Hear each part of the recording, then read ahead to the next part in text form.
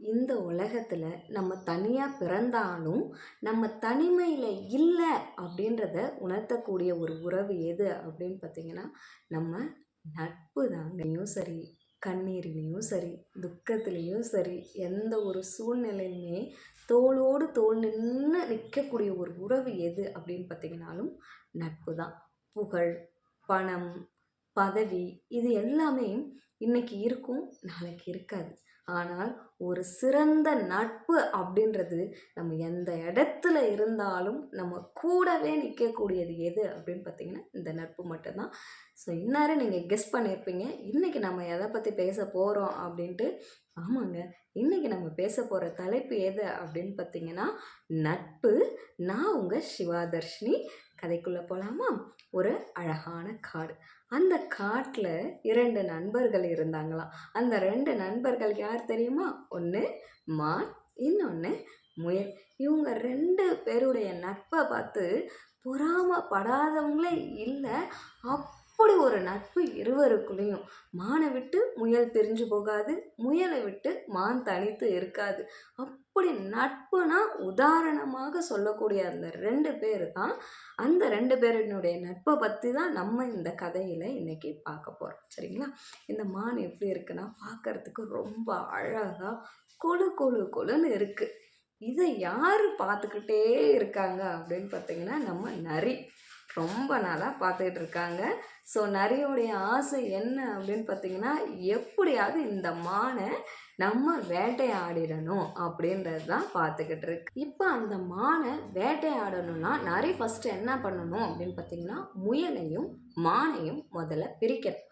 பிரித்து 2ஐயும் தனிமைப்படுத்தினாதான் மானை கண்டிப்பாக நரி வேட்டையாட முடியும். ஆனால் இது நடக்காத காரியம் அப்படின்றது அந்த நரிக்கும் தெரியும். ஸோ இப்படியே நாட்கள் போய்கிட்டே இருக்குது. ஒரு நாள் நரியனுடைய அதிர்ஷ்டவசமாக என்னன்னு தெரியலை, மான் நரியனுடைய கண்களில் தனியாக மாட்டிக்குது. ஸோ மாட்டின அந்த மானை நரி எப்படியாவது இன்னைக்கு வேட்டையாடிடணும் அப்படின்னு ஒரு திட்டம் போடுது. அதுபடி பக்கத்தில் போகுது. எதுக்கு பக்கத்தில் அப்படின்னு பார்த்தீங்கன்னா மானுக்கு பக்கத்தில் போகுது. மானுக்கிட்ட போய் அது என்ன சொல்லுதுன்னா, நீ எவ்வளவு அழகாக இருக்க தெரியுமா, உனக்கு அவ்வளோ ஒரு அழகு. ஆனால் உன் நண்பனான முயல் என்ன தெரியுமா எல்லாருக்கிட்டேயும் சொல்லிகிட்டு இருக்கு, தான் தான் அழகு, தான் தான் எல்லாத்துலேயும் சிறந்தவன் அப்படின்னு தன்னை பற்றியே உயர்வாக எல்லார்கிட்டேயும் பேசிகிட்ருக்கு அப்படின்னு சொல்லுது. ஆனால் இதில் கொஞ்சம் கூட மானுக்கு உடன்பாடு இல்லை. ஏன்னா மானுக்கு தெரியும் என் நண்பன் எப்படிப்பட்டவன் எனக்கு தெரியும், என் நண்பனை பற்றி நீ பேசாத, ஒரு பொழுதும் எந்த ஒரு சூழ்நிலையிலுமே எங்கேயுமே அவன் என்னை விட்டு கொடுத்துருக்க மாட்டான் அப்படின்ட்டு சொல்லிடுது. ஸோ நரிக்கு ரொம்ப அசிங்கமாக போயிடுது. என்னடா இது, இவங்கள பிரிக்கவே முடியாதா அப்படின்ட்டு ரொம்ப யோசிச்சுக்கிட்டே இருக்குது. நாட்களும் மெல்ல மெல்ல மெல்ல மெல்ல போய்கிட்டே இருக்கு. ஒரு நாள் இந்த நரி மறுபடியும் என்ன பண்ணுதுன்னா மானை போய் சந்திக்குது. உனக்கு விஷயம் தெரியாதா, முயலுக்கு அங்கே பேர் ஆபத்து, சிங்கம் முயலை துரத்துக்கிட்டு இருக்கா அப்படின்னு சொன்ன உடனே நம்ம மானுக்கு என்னாச்சுன்னா ஒரே பதட்டமாயிடுச்சு. ஏன் அப்படின்னு பார்த்தீங்கன்னா தன்னுடைய நண்பனை யார் துரத்திட்டு இருக்கு அப்படின்னு பார்த்தீங்கன்னா சிங்கம் துரத்திட்டு இருக்கு. சிங்கத்திட்ட மாட்டினா கண்டிப்பாக அது என்ன பண்ணாது, உழைக்க முடியாது இல்லையா? உடனே மான் ரொம்ப பதட்டமாயி, எங்கே பார்த்த என் நண்பன் எங்கே இருக்கான், எங்கே மாட்டிக்கிட்டான் அப்படின்னு அந்த நடுக்காடு இருக்கு இல்லையா, அங்கே தான் நான் பார்த்தேன். நீ வா சீக்கிரம், நான் உன்னை கூட்டிகிட்டு போய் அங்கே விடுறேன், நீ எப்படியாவது உன் நண்பனை காப்பாற்றிக்கோ அப்படின்னு சொல்லுது.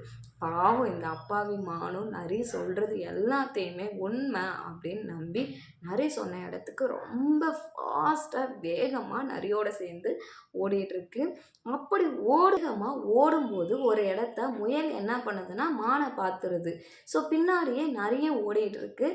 ஏன் நம்ம நண்பன் இவ்வளவு வேகமாக ஓடிட்டுருக்கான், எங்கே ஓடுறான்னு தெரியலையே, இந்த நரி வேற நம்ம நண்பன் பின்னாடியே ஓடுதே அப்படின்னு சொல்லிட்டு அதுக்கு ஒரே பயம் வந்துடுது. வேகமாக அவங்க போன திசையில் திரும்பவும் ஓடுது.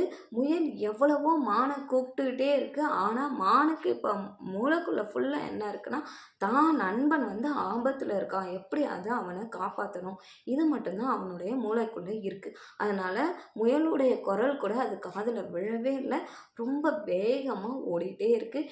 ஏதோ ஒரு கட்டத்தில் முயல் என்ன பண்ணுது, ரொம்ப ஃபாஸ்ட்டாக ஓடி மானை பார்த்துருது, மானும் முயலை பார்த்துருது. ஆனால் இது ரெண்டும் பார்த்துக்கிட்டதை யார் பார்க்கல அப்படின்னு பார்த்தீங்கன்னா நரி பார்க்கல. ஸோ அப்போ தான் மானுக்கு நரியினுடைய தந்திரம் புரியுது. ஸோ நம்மளை வேட்டையாடுறதுக்காக இந்த நரி என்ன பண்ணுது, சூழ்ச்சி பண்ணி என்னை இங்கேருந்து அழைச்சிட்டு போகுது அப்படின்றத மான் யூகிரிச்சு. உடனேவே மானும் முயலும் என்ன பண்ணுறாங்கன்னா 2 பேருமே ஆளுக்கு ஒரு திசையில் வேகமாக ஓடிடுறாங்க. ஸோ நரிக்கு யாரை விரட்டி பிடிக்கணுன்றது தெரியலை. அன்னைக்கும் நரி ஏமாந்து போச்சு. ஆமாங்க, நம்ம வாழ்க்கையில் பார்த்திங்கன்னா நம்மளை சுற்றி நண்பன்ற பெயரில் நிறைய பேர் இருப்பாங்க.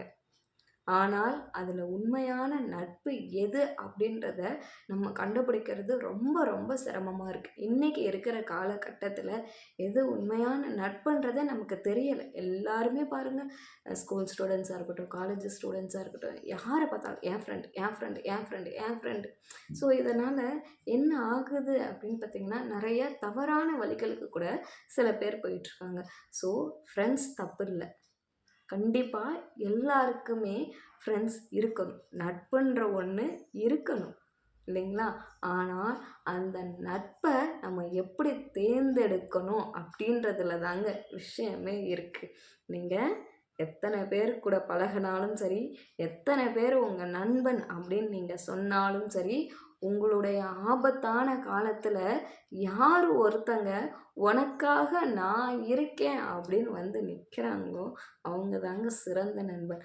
அந்த சிறந்த நட்பு கிடைக்கிறது அப்படின்றது இன்றைய காலகட்டத்தில் அவ்வளவு சாதாரணமான எளிமையான ஒரு விஷயம் இல்லைங்க. உங்களுக்கு அப்படி ஒரு நட்பு இருந்தால் அந்த நண்பனுடைய பெயரை எனக்கு கமெண்ட் பண்ணுங்கள். நன்றி, வணக்கம்.